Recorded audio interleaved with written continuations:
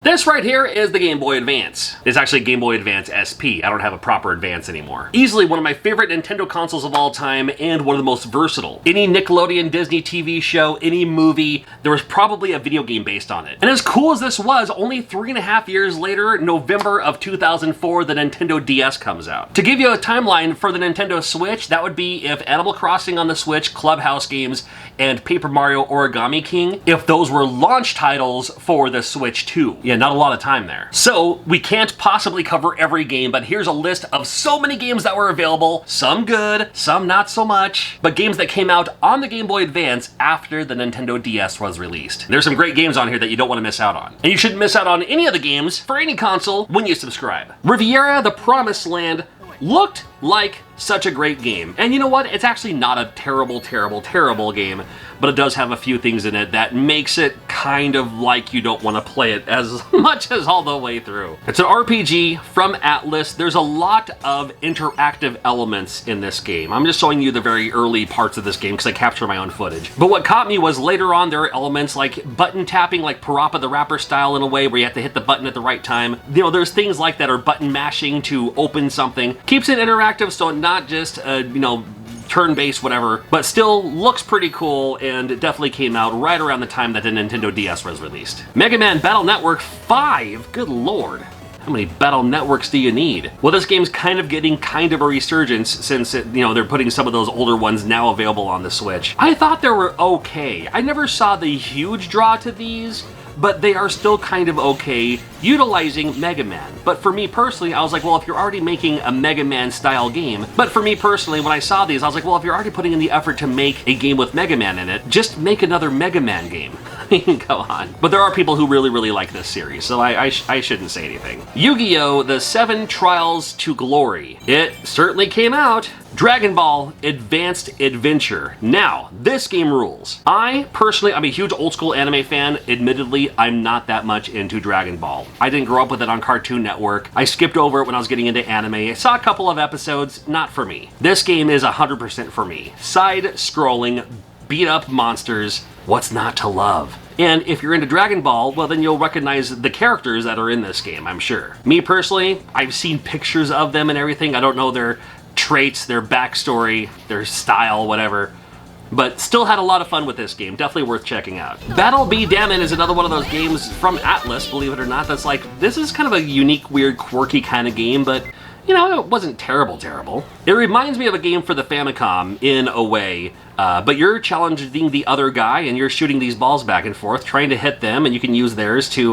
you know, shoot them back to them. Kind of a fun idea. We had Naruto Ninja Council 2. Now this game came out during a time when I was just familiar with Naruto. Naruto is still going strong, of course. People are still cosplaying and stuff like that. And why not have a 2D fighting game? Absolutely, why not? And you know what? It actually doesn't play terrible either. It's not quite the Street Fighter clone you're hoping for, but you know, not bad. Just like this art style. Summon Night Swordcraft Story. If you grab any game from this video, including some of the games that show up later that are also really good, this one might be the one to grab the mostest. Now, again, I'm capturing my own footage. I'm not going to get to the point where you actually see what the fighting is like. It looks like a turn-based RPG. It's not. You go into a battle and then it turns into a side-scrolling, hit the button to defeat the bad guys kind of game. But the overworld part looks like this. But when you get into the fighting, you can just look up your own footage. I mean, there's way better, you know, reviews and gameplay footage and stuff like that out there. Summon Night Swordcraft Story. Yes, there is some sword crafting available. You don't need to craft swords. I mean, you craft your first one or whatever if you want. But yeah, there's a lot going on with this game and super wonderful. A Sound of Thunder. Boy, this looks like one of those generic Game Boy Advance games you see at a convention just loose in a pile, huh? Well, I mean, it's not ridiculously terrible, but you know, that was the thing with Game Boy Advance games. Well, sometimes they tried to look ultra realistic, and then sometimes they just look kind of cartoony. This one, I mean, it could have been better, but still kind of fun and neat to look at as you're jumping around and shooting these things. Atomic Betty came out for the Game Boy Advance after the DS was released. I'm not familiar with the brand. It looks like any other, you know, Nickelodeon Disney type cartoon for the time for you know, preteens or whatever. But this game plays a little like Lost Vikings. You have the 3 characters and each one can do different things. So, you know, something to consider maybe. Backyard Skateboarding, where there was a backyard list of games. There's Backyard tennis, basketball, you name it, they had a backyard version of it. Not the backyard wrestling you're thinking of, this is more for kids. And backyard skateboarding, well, you know, it plays like a polite version of Tony Hawk. If you dig the Tony Hawk games, but you want a backyard version of it, go for it. This guy should look familiar. Hey, what about Banjo Pilot? Well, I don't need to tell you too much about this game anyway. Think Mario Kart, but you know, you're flying around with the rare Banjo-style characters here. Yeah, it could have been Diddy Kong Racing, I suppose, but you know, let's make Banjo the lead character here. Yeah, it's all right. Batman Begins. Well, the thing with Batman video games is they're either really, really, really good or really, really, really not. And unfortunately, this one's the latter. Looks cool, looks neat. That's about as far as it goes. This one's definitely skippable. Unless you're a super Batman fan, you gotta get all the Batman video games, I get it. But you can have it. Blades of Thunder. Has that name of a video game not exist yet this whole time? Blades of Thunder? You figure, well, maybe Blades of Steel, I don't know. You know, this plays like a, you know, I could have seen this on the Super Nintendo as a, like, ooh, look at the cool, you know, scaling effects, Mode 7 and stuff like that. Yeah. Did you know they made a Care Bears game for the Game Boy Advance? Yes, they did. Well, this one, unfortunately, not for the grown-ups who grew up with Care Bears, but more of a simple style, you know. This would have been more like a Sesame Street game if this would have come out for the NES, but it happens to be Care Bears. So don't get too excited if you happen to see a Care Bears game at a convention. We got The Lion, the Witch, and the Wardrobe. This is part of the Chronicles of Narnia series here. And looks pretty cool, plays pretty cool. I like the fact that you have a kick feature. Yeah, the DS had some pretty cool games on it. Crash Bandicoot Purple Ripto's Rampage. Alrighty. It is a side-scrolling Crash Bandicoot game. I'm cool with that. It was kind of cool to see because, you know, for the longest time, it's like, oh, you know, like Crash Bandicoot, that's Sony, that's PlayStation and stuff like that. Spyro, Sony, PlayStation. Not necessarily the case. Got some of those games on the Game Boy Advance. In fact, you might see a Spyro game later on. This may not even be the last Crash game you see. Foreshadowing. Or spoiler. We have Danny Phantom. What a fun Nickelodeon cartoon this was. Yeah, it's one of the better ones for the time, I think.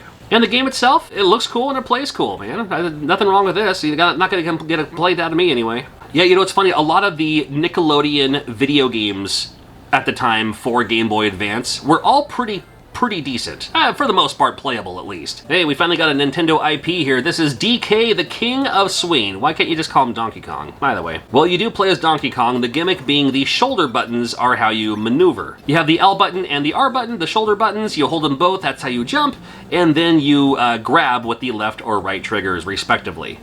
And that's how you grab, it's how you maneuver, it's how you climb. Fun idea. I could see this being on the Switch. I could see them re-releasing this in some fashion using the shoulder buttons exclusively. You know, it's worth checking out. It's definitely worth checking out. Yeah, Garfield. Why would you make a Garfield game by this point? The search for Pookie, his bear, and it looks like this. All right.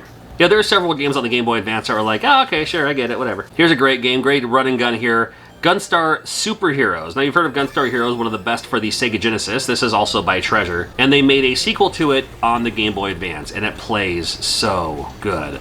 This is one of those games I wish they would re-release because so many people maybe haven't heard of this one or haven't bothered playing this one because so many people were already gung-ho into the Nintendo DS at the time. And along with the DS, never mind the fact that everyone was playing the Wii at the time as well. But they're still making so many great games. Yeah, Gunstar Super Heroes, definitely one to look out for. It's Mr. Pants is a puzzle game by Rare, quite possibly the best name for a video game of all time. It looks confusing, I promise you it's not. In this game, with the featured pieces that it gives you, you have to make a full square or full rectangle, just a full parallelogram. Now you cannot put the same color on the same color, but you can put a different color on top of another color, and that will clear it out and make those pieces solid. Simple by design, complex by nature, this game is insanely addicting. I love this game so much. Now later on in the game too, if you get really lost, it will give you hints on where to put the next piece, and that will definitely help you clear some of these later stages. It's Mr. Pants is a puzzle game you gotta check out. Another Nickelodeon game with Nicktoons Unite. This is one that features a few of the popular characters here. And it's a buddy side-scroller. So you have your primary character, and then you can swap out with the other character, you know, stuff like that. Yeah, Nickelodeon made a ton of games for the GBA. Shrek has always been super popular ever since Shrek was released, and a ton of games out there too. Shrek Super Slam. First of all, these CGI renders are hilarious. This is actual in-game. This is not a parody. Oh my god.